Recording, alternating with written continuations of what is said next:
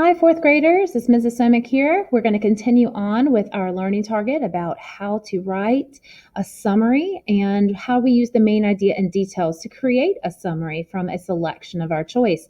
Now, last week we focused on fiction and we used those key words like somebody, wanted, but, so, then.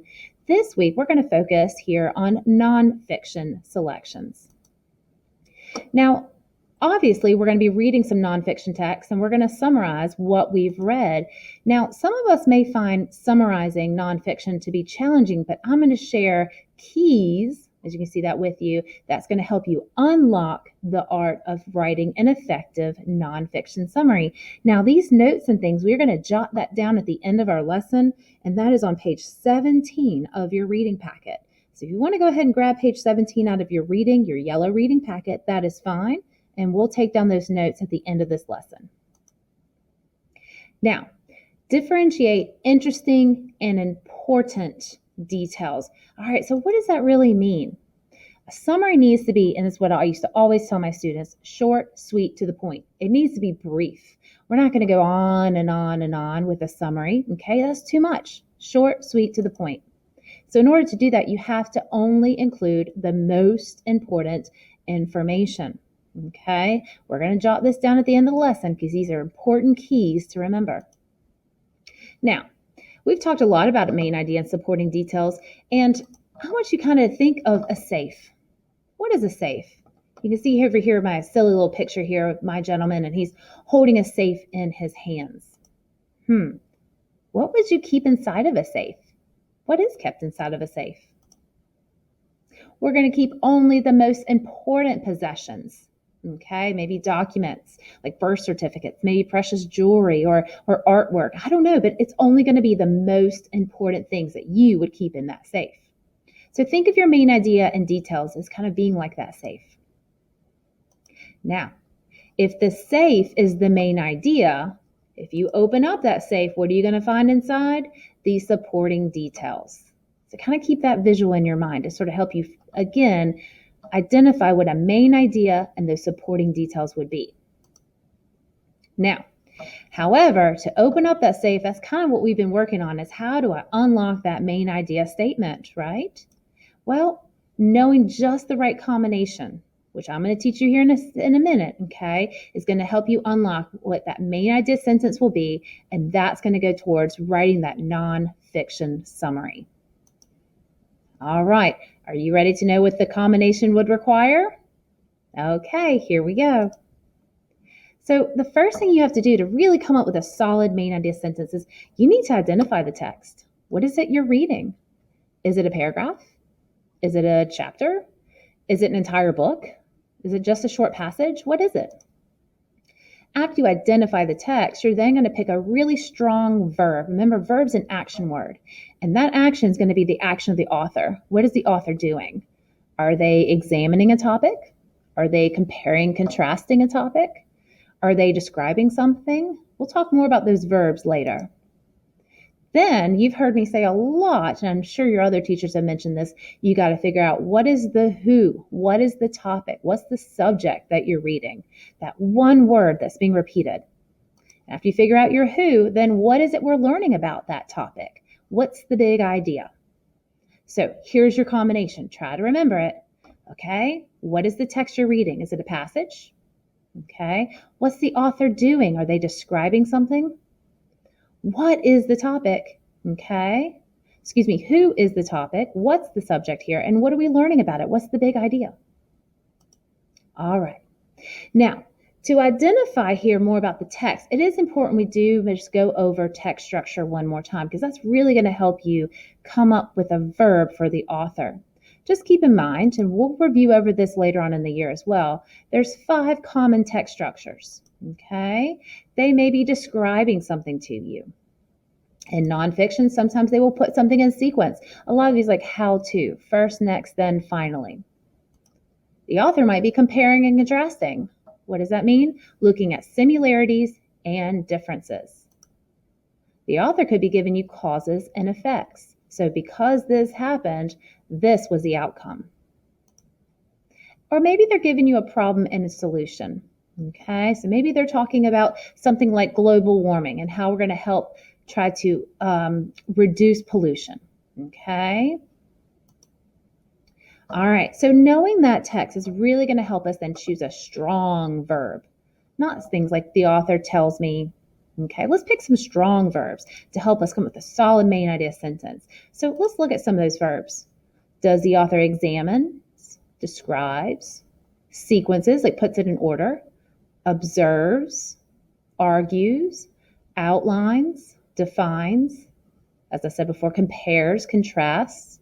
Oh, here's a good one, distinguishes, explores, explains, analyzes, or studies. Okay, these are all really strong verbs that are going to help me explain here what the author is doing with this text. Now, here we go. I have a text in front of you. Okay, let's think about for a second. What kind of text is this? I obviously know it's nonfiction because I've told you that already, so it's based on true facts. Is it simply a paragraph? Is it a chapter? No, it's a passage. Okay, so I already know even before I read it that my author, so in this passage, the author, I got to come up with a verb. Well, I don't know until I actually read it. So follow along with me here. This one is not in your packet, it's only on the screen, so just listen as I read. What do humans and snakes have in common? For one, both organisms shed their skin. However, humans and snakes shed their skin in different ways. The average adult snake sheds its skin 2 to 4 times a year. A snake sheds its skin so that it can continue to grow. Unlike humans, whose skin grows as they grow, a snake's skin will not grow. Therefore, when a snake outgrows its skin, it simply sheds the entire outer layer at once, and a new, larger skin will remain. Human skin, on the other hand, is constantly regenerating itself. Over the course of 1 month, a new human skin cell will push its way to the top layer and then fall off the body. About 30,000 to 40,000 dead skin cells fall off your body every minute. An average person will shed about 40 pounds of skin in his lifetime. Where does it go? It becomes dust. In fact, about 70% of the dust in your house is made up of skin cells. Eek! Kind of gross, but kind of interesting. All right, so we already know our main idea sentence is going to start off with something like, in this passage, the author what? What is the author doing? Look at how they structured this information. I could think things like different ways, unlike humans. On the other hand, it seems to me that they're comparing something. What are they comparing and contrasting? I know they're talking about skin, but this part talks about snake skin and this part talks about human skin. So let's go to the next slide. So the text structure that's being used is that we are comparing and contrasting. That's what we're doing. Okay, we're comparing and contrasting the snake skin and the human skin. So now let's think about that combination to help us come up with that main idea sentence. The text. So in this passage, okay, what's our verb? It's going to go along with this. The author is comparing and contrasting what? Who and what are we talking about? What's the topic and big idea? Compare and contrasting. Let's take a look. In this passage, the author contrasts how snake skins and humans shed their skin in different ways. So contrast how snakes and humans shed their skin in different ways. That's a good, solid main idea sentence. We've talked about what the text is. We have our good, solid verb here. The author is contrasting, finding differences. Differences between what? Snakes and humans and how they shed their skin in different ways. Okay, so we've come up with a solid main idea sentence, but to finish off our summary, the only thing you have to do are list 2 to 3 important supporting details. Now remember, the details need to be only the important ones. So all that's kind of cool that we have so many pounds of skin that you shed every year, does that really show me a difference between these two? Not really. So 2 to 3 important details. I know that snakes, they will shed their entire skin, right? whereas humans are constantly shedding flakes of skin throughout their lifetime. So that gives how each one is different. Those are two very important supporting details.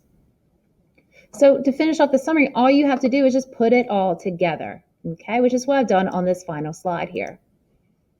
Let's read the whole summary together, starting with the main idea sentence.